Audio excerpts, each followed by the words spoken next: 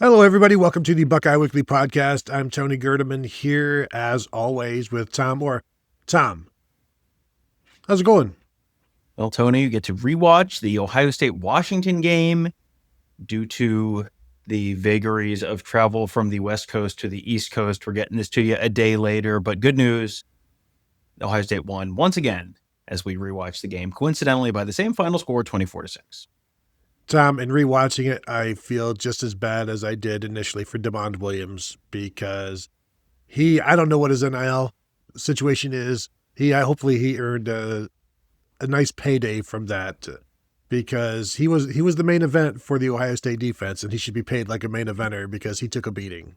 Yeah, I feel like he probably signed a deal with Tylenol on Sunday or Advil or someone. He was elusive. And, we talked about this a bunch last week where he's great, really fast, gets up to speed incredibly fast, very elusive.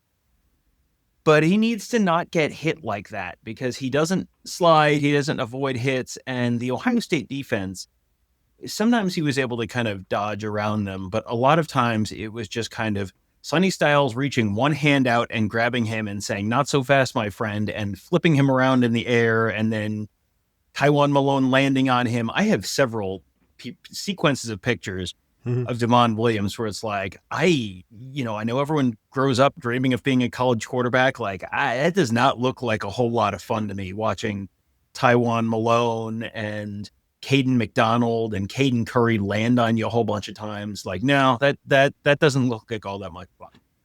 So I'll start off by talking about Caden Curry. And we talked about him plenty after the game, and why wouldn't he? 11 tackles, 9 solos, 5 tackles for loss, 3 sacks. And watching this, and watching him specifically, he had some incredible plays. And everybody talks about, he's a grinder, he's a hard worker, he never gives up. He had some very athletic plays in this game where he's lunging for ball carriers. He's able to bring guys down. He's also showing his intelligence. There's one play after he sacks Demond Williams, he's outside on the edge and he steps further out because he sniffs out a wide receiver screen. And he's like, "Hey, we got this going on over here. Let's pay attention to it." Then he's there making that play as well. He was everywhere. He was like a middle linebacker at defensive end and pointing stuff out, making tackles, tackling ball carriers, tackling receivers over the middle. It was impressive to watch. There should be maybe I'll do it, just a cut up of all of his plays from Saturday's game, because it's a clinic on what an All-American defensive end should look like. And yet we get so focused on sacks. It's like, yeah, he had a bunch of those, but he was everywhere. He was a complete player on Saturday, and it was fun to rewatch as well. Well, there was a sequence where Washington had 1st and goal at the 2. And the sequence was 1st and goal at the 2, Caden Curry, tackle for loss. 2nd and goal at 3, false start. 2nd and goal at the 8, Caden Curry, tackle for loss. 3rd and goal at the 9, Arvell Reese tackle on a scramble for no gain or maybe a yard or something like that. And you go from 1st and goal at the 2 to kicking a field goal from about the 10. And it was just the defensive front, and specifically Caden Curry, and they just were dominant. And Curry was just so impressive in so many different ways. You mentioned, 3 sacks, 5 tackles for loss. Those are both enormous numbers. But it was just so many different ways he was impactful. There was one where Washington was setting up a screen, and I think the running back just kind of didn't get out there quite in time or was covered. And Caden Curry's in there so fast. They'd let you go by on a screen, but you're not generally letting go by and just being in there so fast. He was in there immediately on Demond Williams, where as soon as it wasn't exactly ready and exactly the right time, boom, Demond Williams is on the ground with Caden Curry on top of him. It was just so quick.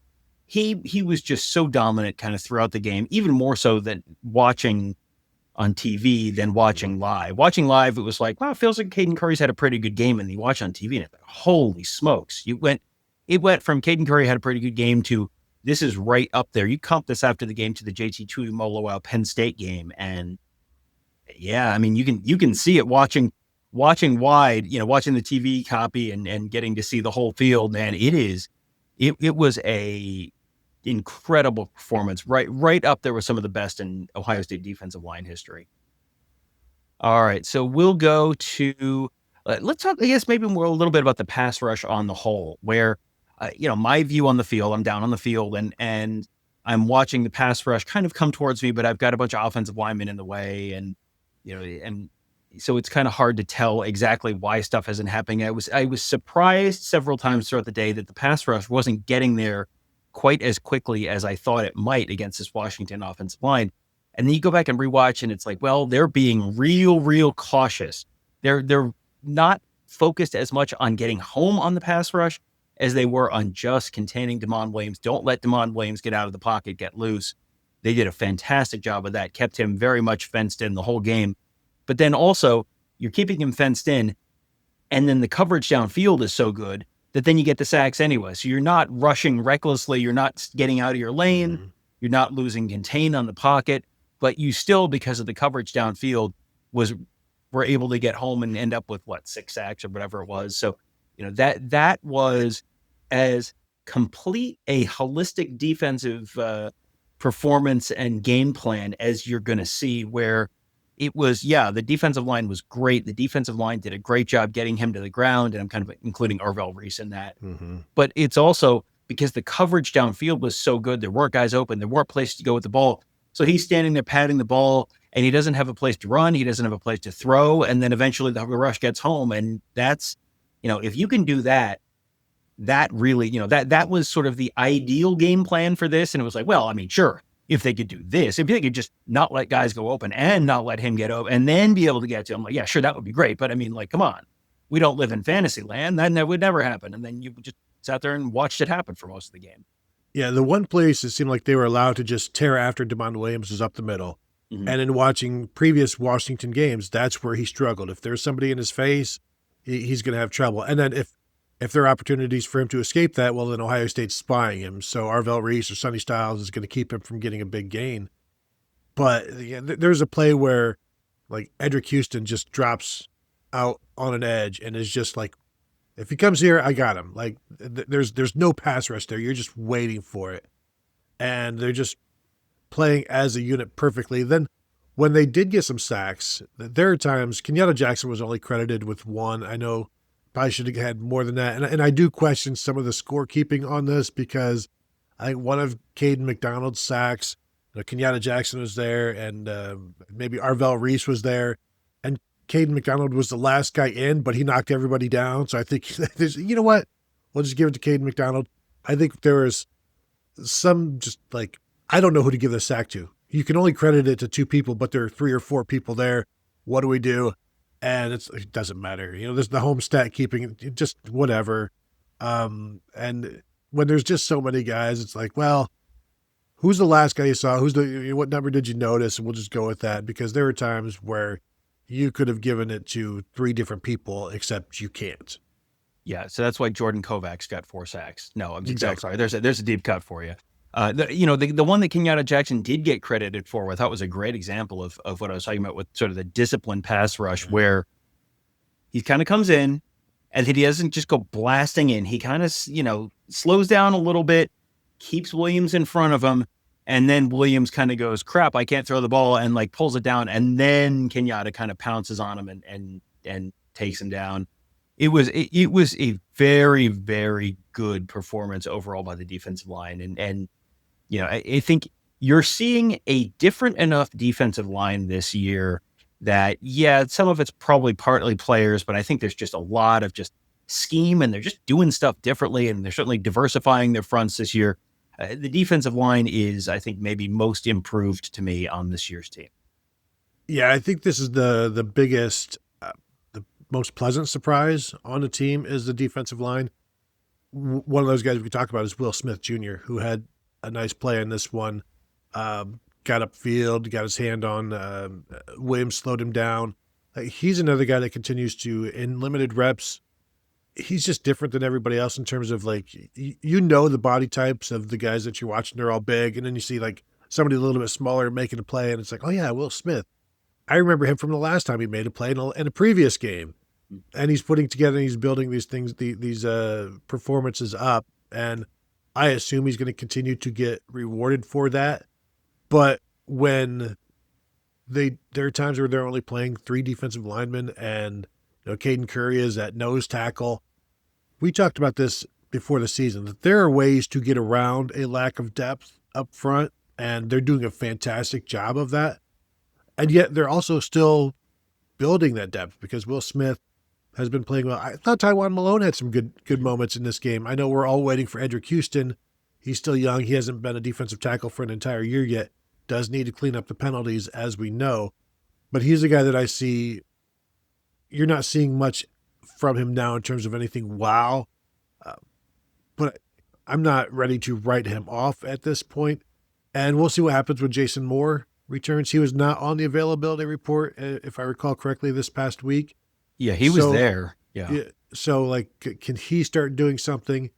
And, can Jarquez Carter start doing something? So I feel decent about the way things are going for this defensive line on the interior.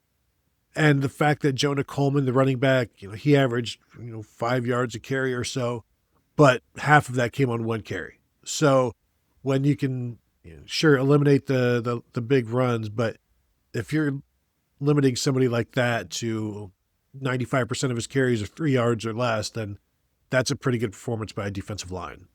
Yeah, for sure.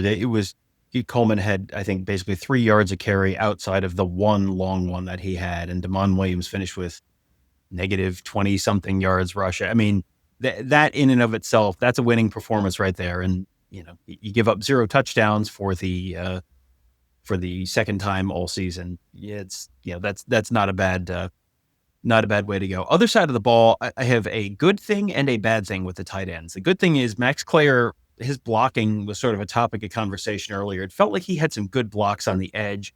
There's one in particular that jumped out to me. It was kind of like a swing pass to Brandon Innes where Clayer got out there, but I think they maybe have singled him out for something on another block earlier in the broadcast. It feels like, maybe that was an effort thing or something, or a technique thing that got cleaned up, but that feels like that's good. On the other side, I think there's too much 13 personnel. I think you're seeing, you're in the goal line and you're in 13 personnel or 14 personnel. Like, you could just put Jeremiah Smith out there, and Jeremiah Smith's going to take 1 defender with him, or he's going to take 2 defenders with him. And if he takes 2 defenders, it's a numbers advantage. If he takes 1 defender with him, it's a touchdown. You should throw him the football. So same thing for Carnell Tate. Like, I know they like the heavy sets and the short yardage and the goal line and all that kind of stuff. And I'm going to talk to Ross Bolton about that on a morning show this week. I want to ask him about it as well. But to me, I look at this and it just feels like you've got these guys, and it's great that you've got all these tight ends, and it's great that you're coming up with all these creative ways to use them. But also, your wide receiver, it's the old Jim Tressel. Why are you not throwing the ball to the tight end? Well, because then I'm not throwing it to Ted Ginn or Santonio Holmes. Why are you playing 3 tight ends? Because then you have to take Carnell Tate or Jeremiah Smith off the field. Like, it just feels to me like, yep, you are as a former quarterback as your head coach and a former wide receiver as your offensive coordinator. It feels like they should be more, pass heavy, wide receiver heavy, and it's like they've almost overcorrected the other direction. Like, it's good and it's working sometimes, but the struggles in the short yardage, I feel like maybe you need to mix it up and try something else because it's not working, especially in those kind of short yardage goal line situations. Yeah, and you really tell the defense what's coming. Now, the upside of that is when you throw out of it, as they did to C.J. Donaldson, it catches them off guard, and Jelani Thurman was open on that play as well. But I'm with you. When you compact everything, it just makes it harder to run, and it's at times to be counterintuitive. But, yeah, we're going to run the ball, so we need as many big bodies as possible. Well, then let's bring all the big bodies, including the defense as well, and see if it gets any easier, because it's not going to. And, you're just trying to get 2 yards, and it's like, well, that's not easy when everybody's in there, is it? With the first failed 4th down on the first drive, we know Nate Roberts missed that block. He could have gone into the hole, and C.J. Donaldson presumably would have followed him. I thought Nate Roberts improved, got the block on the subsequent C.J. Donaldson touchdown on the ground. So that was a nice improvement by him. Just true freshman tight end that you're playing at fullback. You can't expect it to go perfectly. And so when you play that 14 personnel at times, or 13, 14, when he's in there, you're asking a lot of a true freshman. And they did it against Texas and it worked. They scored on that. But yeah, I wonder what their success rate is on that, and how Ryan Day, and maybe we'll talk to him about it on Tuesday. Like, how do you feel about those packages, those heavy sets? Are you getting what you want? And if you aren't, is it because of the blocking? Is it because at times CJ Donaldson is too upright? Does Bo Jackson need to be more involved in those packages? He'll get you down inside the 10, but then they don't necessarily give it to him inside the 10 because that's the CJ Donaldson territory. So I'd be interested to know how he feels about it. And he's probably not, I don't feel great because we're not scoring as much. And it's like, well, why not? And are you going to do anything about it? Or are you just going to continue to, well, eventually I'm sure the heavy sets will work. We're just going to keep doing it until it works. And it's like, well, what if it doesn't? What if it doesn't work? And what if CJ Donaldson continues to run high towards the goal line and you are not as successful as you need? Would it behoove you to spread things out maybe and lighten the box and then run from there? Yeah, I think that that's something that they're probably looking at right now, because if it's not working, and obviously it's not working to the level they want it to, then you owe it to yourself to try and figure out, okay, why? Do you need to do what you're doing and just do it harder or better or whatever? Or do you need to look at something else? And I'm sure they're looking at all of that stuff right now. Because I think we're still waiting for the Ohio State running game to be good, be very good. And right now they're fifth in the Big Ten, 5.3 yards per carry, which, is fine it's fine. But what they'd like it to do is get higher than that because of explosives. And they've not yet done that. And when you look at this game and the long play is 19 yards, that's not going to get it done over the course of the season. So it'll be interesting to see what they can do to open up the explosive plays on the ground. And do they have the guys that can do that? And we've seen Bo Jackson with a 64-yarder or whatever in game 2, I think it was. And can they get more out of that? CJ Donaldson, he was a big play guy as a true freshman. Hasn't necessarily been that yet. We haven't seen that from James Peoples yet. Is this scheme? Is it, player? Is it execution? That's one of the things that Ryan Day talks about. Is it coaching? Is it execution? Is it scheme? You got to figure that out. So as you said, I'm sure they're working on it. One of the things that I did like was the adjustment to Washington playing back. Then they started throwing it short. The touchdown pass to Jeremiah Smith at the end of the first half. They didn't wait until halftime to make their adjustment. Perfection. And they're just dragging in front of the, behind the line of scrimmage so that there can be some downfield blocking, and everybody executed their blocks perfectly. And what was it, 3rd and 16 or something like that? And he basically just, 3rd and 12, and he just walked into the end zone. And I thought that was a perfect play call, perfect execution, perfect design. And, they held it and they called it at the right time. Yeah. And I think you saw a lot of kind of uncharacteristic stuff from Ryan Walters. We talked about the fact that they just were man, like single high man. Like it was really kind of almost in a lot of cases, they played basically the 2019 Ohio State defense, where it's kind of single high man coverage, where press man team, you remember all these things. And they kind of got away from a lot of that against Ohio State. But yeah, definitely the touchdown to Jeremiah Smith, they figured out, okay, this is what you're going to do. This is how you're going to beat what they're running. And they caught him in something that was going to, was a great call there. And, that was as a one-man route can be, because it was Jeremiah Smith and everyone else is blocking. So it was, the ball's going to Jeremiah Smith. So hope he's open. But if he's not, the ball's going to Jeremiah Smith. So yeah, that was a good call. I want to go back to defense. You know what? Let's talk about offense one more time. There were a couple times rewatching that there were guys open that Julian Sayin could have thrown the ball to. There was an out and up that Jeremiah Smith had that he was like open, and there was some pressure, and so that probably factored into not being able to get it out there. But there were times there were guys open downfield that the ball didn't come out, and I don't know if that's the coaching staff trying to have them be cautious and, don't take a shot unless you're really sure about it, or if that's just Julian Sayin being a little bit risk averse right now. Because as you said earlier, with one of the guys being sort of young, it's you're sort of learning. It's a little bit of a progression. It's going to be, he is not a finished product right now. So you're going to see him get more confident and more comfortable with everything as he gets more reps throughout the course of the season. But there was some stuff there that the Buckeyes didn't take. And, if you're struggling to get explosive plays, you want to take your shots when you have your opportunities to get explosive plays. You don't want to be the, I think Bryce Underwood for Michigan is almost the other way, where Bryce Underwood is going to take his shots. And if there are two defenders down there and only one guy for Michigan, well, that's fine. He's going to throw it down there. And I don't think they've completed any of them yet, but he is going to take his shots. Julian Sayin feels like he's kind of at the other end of things, where he's going to be cautious. And if the guy's open, and he's got time, he'll get it down there. But otherwise, he's going to be cautious. He's going to check it down, and they'll kind of, just kind of keep moving and try and be efficient on offense, is more so than the explosive. Yeah, and I think it was Ross Fulton, one of our X's and O's gurus at Buckeye Huddle, who said that there are 4 or 5 shots that Sayin could have taken that he didn't, and the all 22 will tell you more.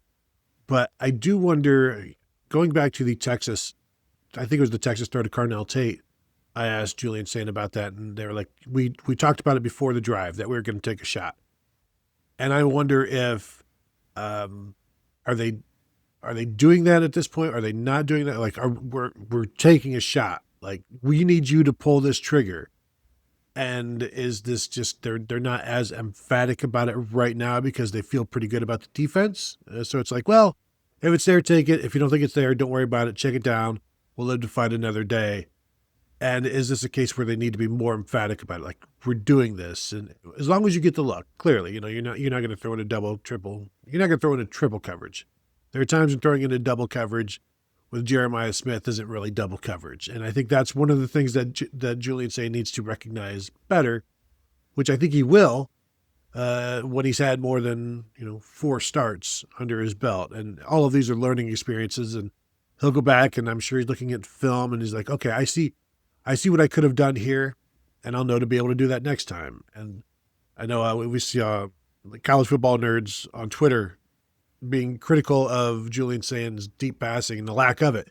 And we talked about that against, was it Texas, where there was virtually no deep throws until that one to Carnell Tate. And so that has been a pattern, but so far it's been effective enough. And they did attack with the passing game in the second half. And if you're not going to give anything up deep, then you can just, death by 1,000 cuts. And it worked, and they scored on just about every drive in the second half. So Ryan Day wants to get those deep shots going. I just wonder, is this something where they need to focus on it more and emphasize it more and say, hell or high water, we're doing this? Yeah, you do wonder if, and because if you're leaving it up to him and he's not pulling the trigger and you want him to pull the trigger, then, you probably have to change the approach a little bit. And, as you said, you don't want to go into it saying, no matter what, you're throwing this route on, no matter what you see. That's not a good approach, because sometimes you'll do that and you're not going to get the coverage. You're not going to get the look you're expecting, right? And they talked about that after the game all the time. Yeah, we had something and we didn't get the look we wanted. And so if you don't get the look you wanted, then don't throw it. Understood. But I think you need to go in and say, listen, unless you see that Jeremiah Smith is bracketed on this play, or unless you see they're in cover 3, or whatever the unless is, pull the trigger, throw the ball. We will live with, if you throw an incompletion or you throw an interception, we'll live with it. We think it's worth it for this. You may just sort of need to change your approach there. And, at that point, if you're Julian Sayin and you're trying to be a little bit risk averse, because you constantly, it's drilled into you, don't turn the ball over, then okay, if they tell you that, then it's not on you. Then it's on them. It's on the, coaching softball constantly, you're trying to have a runner go first to third. And if they get thrown out at third, you tell them it's on me. It's the coaches say, I'm going to tell you what to do. And if it doesn't work out, it's on me. It's not on you. That's the same thing with this. You can tell them, look, we want to take a shot in this situation. If you get X look, whatever, don't. Otherwise, pull the trigger, and it's on us if it doesn't work. Yeah, and one last thing on Julian Sayin. Second week in a row, he's thrown the ball over the middle and had it tipped at the line. It'll be interesting to see if that becomes something that pops up at the worst times, because again, we know he's not the tallest guy, so there are going to be linemen who are just waiting to knock the ball down as they continue to scout that. So the Buckeyes got away with it. That was a completion to Jelani Thurman, and it was still completed, but it got tipped at the line. So just something to watch there. Yeah, and he is not 6'5", which is, that's fine, but this is kind of one of and he doesn't throw the ball from, a super, super high release point, which, his release is quick, so you're not going to change that, but you're going to have to deal with the fact that, unless you get him out there on stilts like one of the Savannah Bananas, like you're going to probably get some tip balls from time to time. It is what it is. This is something that I think has been priced into the quarterback decision, where he brings all this other stuff, great decision-making, quick release, strong arm, all that kind of stuff. He's not 6'6", but he also moves pretty well. We think we saw that a couple times as well. So all that's kind of baked in, I think, to that decision. One thing I did want to get back to on the defensive side of the ball is Caleb Downs. He only had 2 tackles on the day, but they were both immensely important. You feel like he takes things away from the defense on plays where he's not getting tackled because the defense is going, not going over there. But there's also both of his plays. One of them ended a drive. It was kind of a play on the edge where it was just an open field tackle and just boom, just brought him down.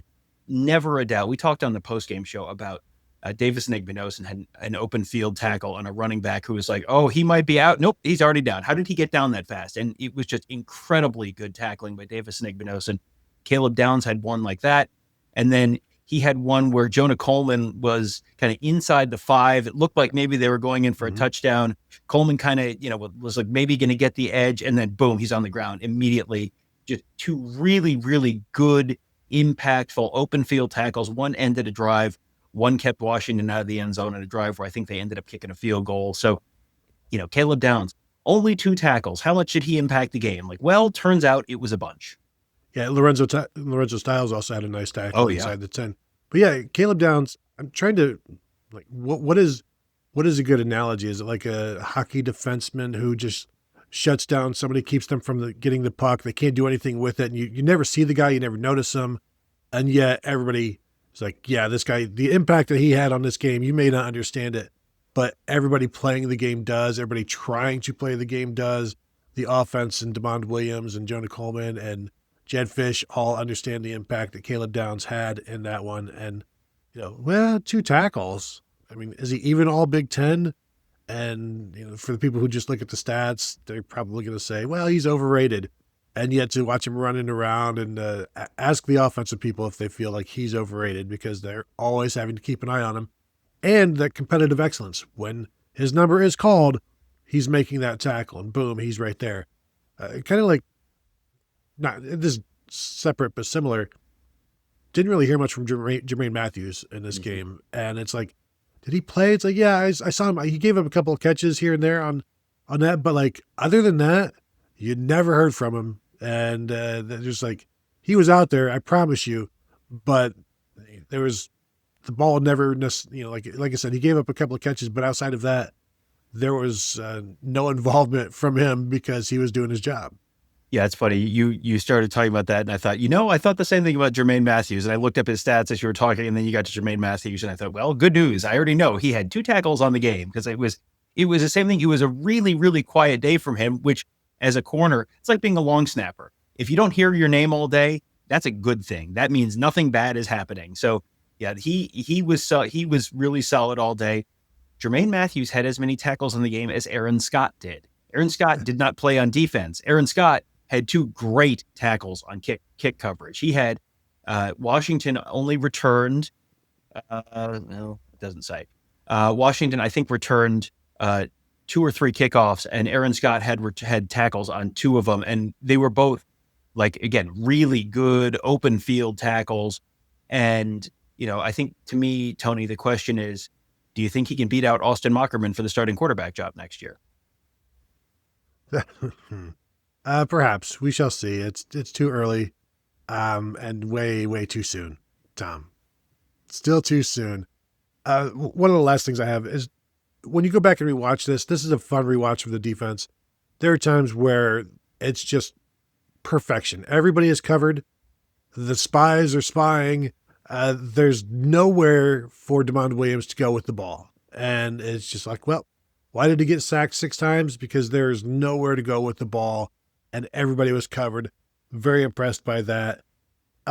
Not so impressed, Tom, by the broadcast, and we don't need to harp on it too much, but yeah, I have this too. Yep. Like Jackson Corville getting a graphic for an unsportsmanlike. That was shocking from a backup kicker. You got to get these guys under control. And of course, talking about Sonny Styles with Lorenzo Styles Jr.'s picture up on the screen. And that was just a couple of things, but not. I used to love Brad Nessler and Gary Danielson. One of my all-time favorites. Clearly the fastball is no longer there. Not a great overall product from what is your number one team for CBS. Yeah, the broadcast itself, just in terms of camera shots, like the picture was good. The camera shot, they had some great stuff. They think they did a nice job capturing sort of the atmosphere around Washington. I think people who were sitting at home probably went, hey, that looks really pretty. And having been there, So they did a nice job with that. But yeah, I mean, we talked about this on a show. I don't remember why we were watching the CBS broadcast last week. Was it a rewatch of a Washington game or something like that? But it was very much or maybe the Michigan game. But it was just, you kind of went like, oh, Nessler and Danielson are like really lost a step. And Danielson announced that this is going to be his last year, which, congratulations, great career. We understand. So, I think you can nitpick a broadcast, and it's a live TV and stuff happens, but to the guy in the truck who's punching up the Chiron with 96, like the defense is out there. One of the 96 is on defense, and one of the 96 is on special teams. Which one do you think it is? And the graphic with Sonny Styles and Lorenzo Styles, that's not something that's getting made on the fly in the middle of the broadcast. That was right at the beginning of the broadcast. It was obviously a pre-produced thing. 6 people looked at that, 8 people looked at that before it went on the air, and no one caught the fact that, nope, that's the wrong Styles. And again, like this stuff happened. I remember when the MLB All-Star game was in Cleveland a few years ago, they had, they had a graphic with like Jacob deGrom, and, he's the starting pitcher or something. And they put up a picture of Jeff McNeil, who is also a white guy with kind of scruffy facial hair and long hair, but very much not Jacob deGrom. And it's like, how did that not get caught? But sometimes it doesn't get caught. But yeah, it was just for your number one broadcast, as you said, like the attention to detail on some of that stuff needs to be a little better. Yeah, I was eavesdropping a little bit on their pre-production meeting in near the photo room on Saturday, and they were talking about, we got this drone shot, we got that drone shot, we're going to have this nice drone shot coming in. Drone shots were fantastic. A little bit more attention to the details, and the fact that you do the sport, there are double numbers, and you need to know, okay, which numbers go with which side of the ball. I mean, it's very simple, and just again, nitpicking. That's what we do. We watch the broadcast and take notes because we didn't get to see it live, and I'm sure I was told that a lot of that the Corville and style stuff was going and talked about on Twitter as well. So these are the things. If you don't want your product talked poorly about, again, the attention to details, and then that wouldn't happen. But anything else, Tom, before we get out of here? Yeah, if you don't want your project talked about like that, go play intramurals, brother. We talked about this with the Michigan Monday show a few years ago, where we're kind of nitpicking stuff, and people are going, why are you nitpicking so much? It's like, well, if you want to be at the level that we're talking about, like if you want to be the national championship level team, yeah, you're going to nitpick. Like, yeah, Julian Sayin's been very good. If you want them to be a national championship team, he's going to have to continue to improve. If you want to be the number one broadcast, you got to be better. Like you got to have some attention to detail on that kind of stuff. If you want to be as good as Gus Johnson, Well, you know what? I don't know if the attention to details matters as much anymore. Anyway, good night, everybody. I want to thank you all for tuning in. If you could, hit the thumbs up before you go if you're watching on YouTube. And as always, continue to find us at BuckeyeHuddle.com. Thank you all for tuning in, and we'll talk to you all later.